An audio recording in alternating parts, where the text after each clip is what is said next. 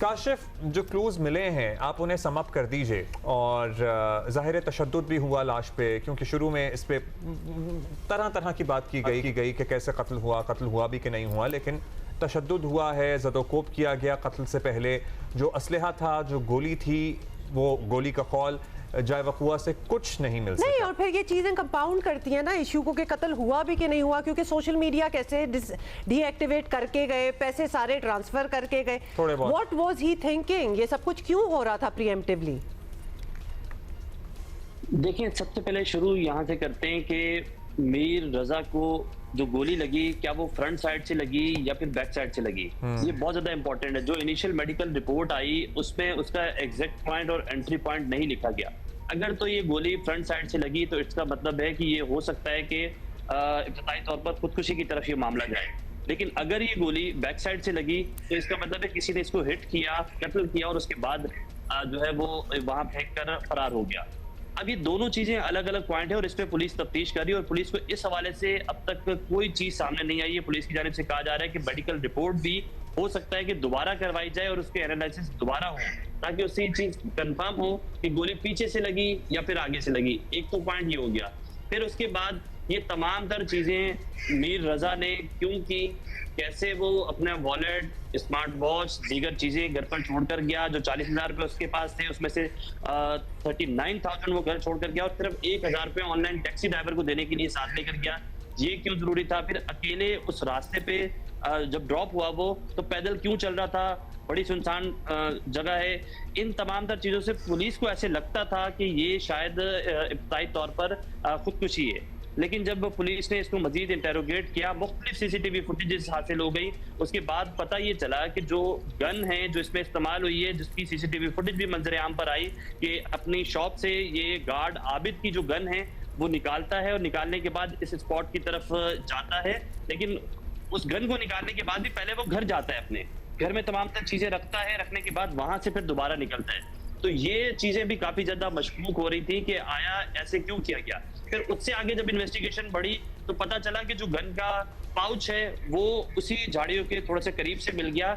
लेकिन अब तक अगर कोई शख्स अपने आप को खुदकुशी करता है, फायर करता है, और उसकी जो कि इब्तिदाई तौर पर यही बताया गया कि वजह मौत भी जो है वो गोली लगने से हुई है, तो अगर उसने अपने आप को फायर किया तो वो गन जिससे उसने फायर किया वो कहाँ है? नहीं तो काशिफ, ये जो गन निकाल के गया था अपने गार्ड की, दो चीजें पहले बता दें, क्या फायर उसी गन से हुआ? बेशक उसने खुद किया या किसी और ने किया, तो नहीं मिला, लेकिन क्या वुंड से पता लग सकता है, जो जख्म है उससे पता लग सकता है कि ये उस जो गन वीडियो में नजर आ रही है उसी की है। दूसरी चीज फोरेंसिक, क्या फोरेंसिक है? अगर उन्होंने एग्जिट एंट्री पॉइंट ही नहीं बताया गोली का, मतलब ऐसी होती हैं फोरेंसिक रिपोर्ट्स जहां गन शॉट वुंड से कोई मरा हो और ये ना पता चले कि वो कहां से अंदर गई और कहां से निकली।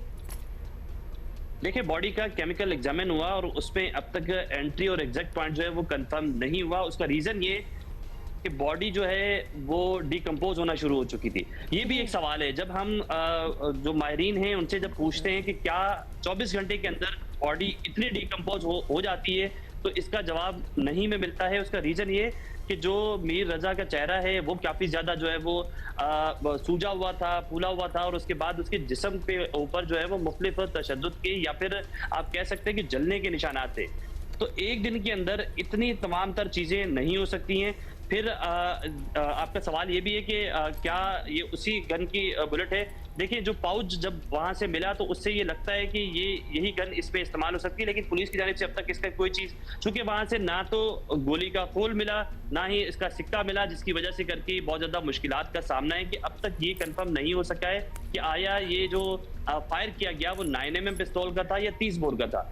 लेकिन पुलिस की जानिब से जो भी इन्वेस्टिगेशन की जा रही है, जब मेरी अब से कुछ देर कबल भी इनके वालिद से बात हुई हुसैन रजा से, उनकी जानिब से बिल्कुल इत्मीनान का इजहार नहीं किया जा रहा है। उनकी जानिब से कहा जा रहा है कि मुख्तलिफ एंगल से पुलिस चेक तो कर रही है, लेकिन हमें क्लियरली बताया जाए कि आया इन्वेस्टिगेशन कहाँ तक पहुंची है। अगर ये तो बता दीजिए कि पोस्ट केमिकल एग्जामिनेशन हुआ, पोस्टमार्टम हुआ, क्या तशद्दुद जो तस्वीरें हैं उसमें अब वो डीकम्पोजिशन की वजह से हो रहा है या फिर तशद्दुद साबित हुआ है? क्योंकि आप कह रहे हैं ना फेस जो था वो बहुत अगर ये सुबह 4 बजे के बाद ये सारी एक्टिविटी हो रही है, उसके बाद कितना टाइम लगा इनकी बॉडी को वहां से डिस्कवर करने में, जिस दौरान ये कोई टाइमलाइन तो सेट की जा सके कि अगर इन पे तशद्दुद हुआ तो कितनी देर होता रहा, कहाँ होता रहा? और कितना डीकम्पोज 2 दिन में मिल गए थे, मतलब कितनी डीकम्पोजिशन होती है?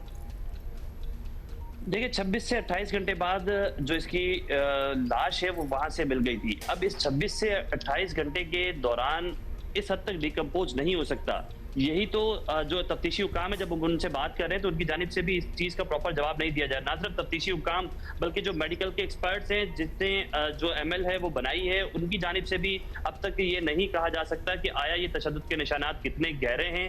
केमिकल एग्जामिन की जो हतमी रिपोर्ट आएगी उसमें तमाम तर चीजें क्लियर हो सकती हैं, लेकिन जो इनिशियली रिपोर्ट आई उसमें ये कहा गया कि इसकी वजह मौत जो है वो एक गोली लगने से हुई, लेकिन उसका भी ये कंफर्म नहीं है कि वो गोली आगे से लगी या पीछे से लगी।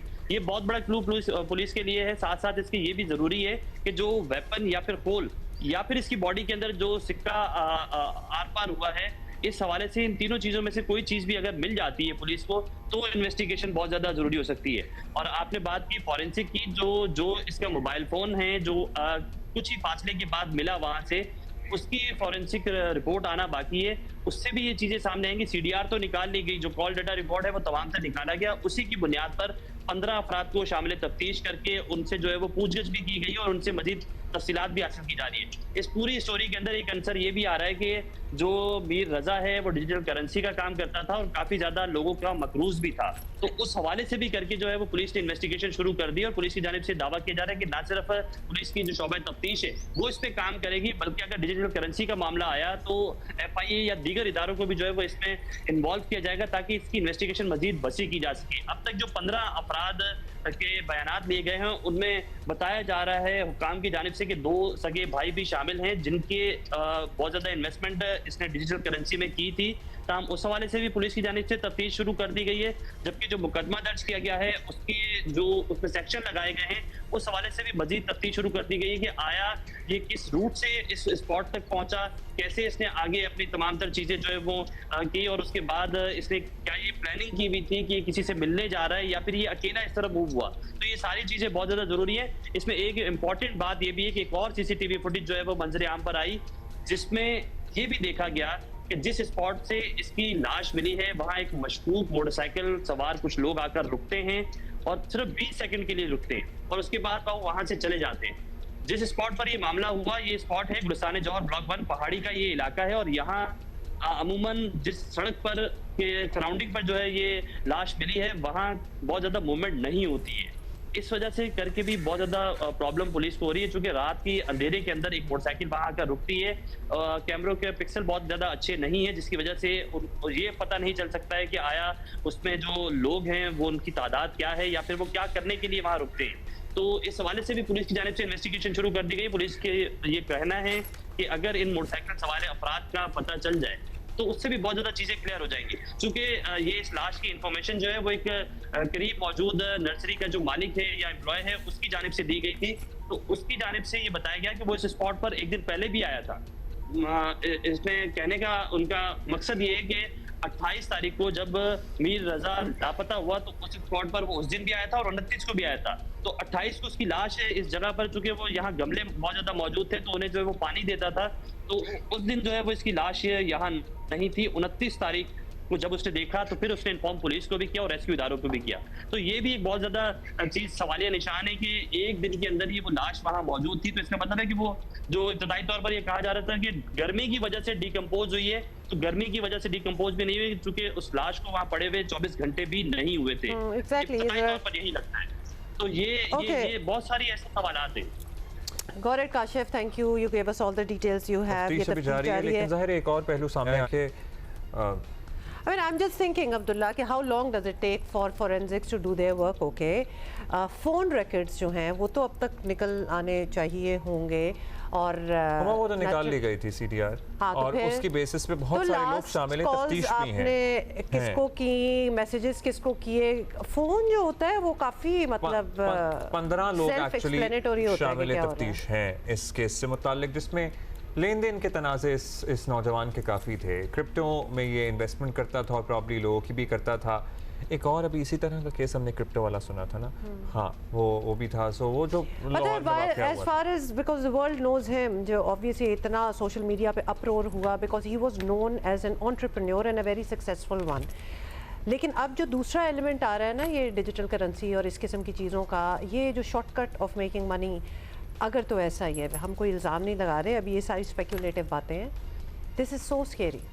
और ये आपको ऐसी ऐसी जगहों पे लेके जाता है, ऐसी मजबूरियों पे लेके जाता है जहाँ एंड रिजल्ट कुछ ऐसा लाइकलीहुड है कि ऐसा हो सकता है। मतलब यस, आप पैसे एक दिन में, चंद घंटों में इतने डुबो देते हैं, फिर आप उसको रिकवर करने के चक्कर में इतने पैसे डालते हैं और फिर वो भी डूब जाते हैं। एग्जैक्टली, और वो फिर वो सारे वो फंड्स आपके अपने भी नहीं होते हैं, आप और नेचुरली बाकियों के होते हैं, तो उनको जितना आपने वादा किया होता है कि जी ये 2 मिनट में, 2 दिन में या 1 महीने में हो जाएगा, it doesn't translate into that. इसलिए आई ऑलवेज से कि शॉर्टकट तरीके of making money, they don't and well mostly, in most cases. And also probably when you have a established business जैसे इस नौजवान का था, तो फिर आपको ज़रूरत भी क्या है? खैर हमें तो नहीं पता कि बैकग्राउंड में क्या चल रहा था। जी, इस केस में पेशरफ्त हो रही है, जैसे ही कुछ हक़ाइक़ सामने आएंगे हम आपको बताएंगे।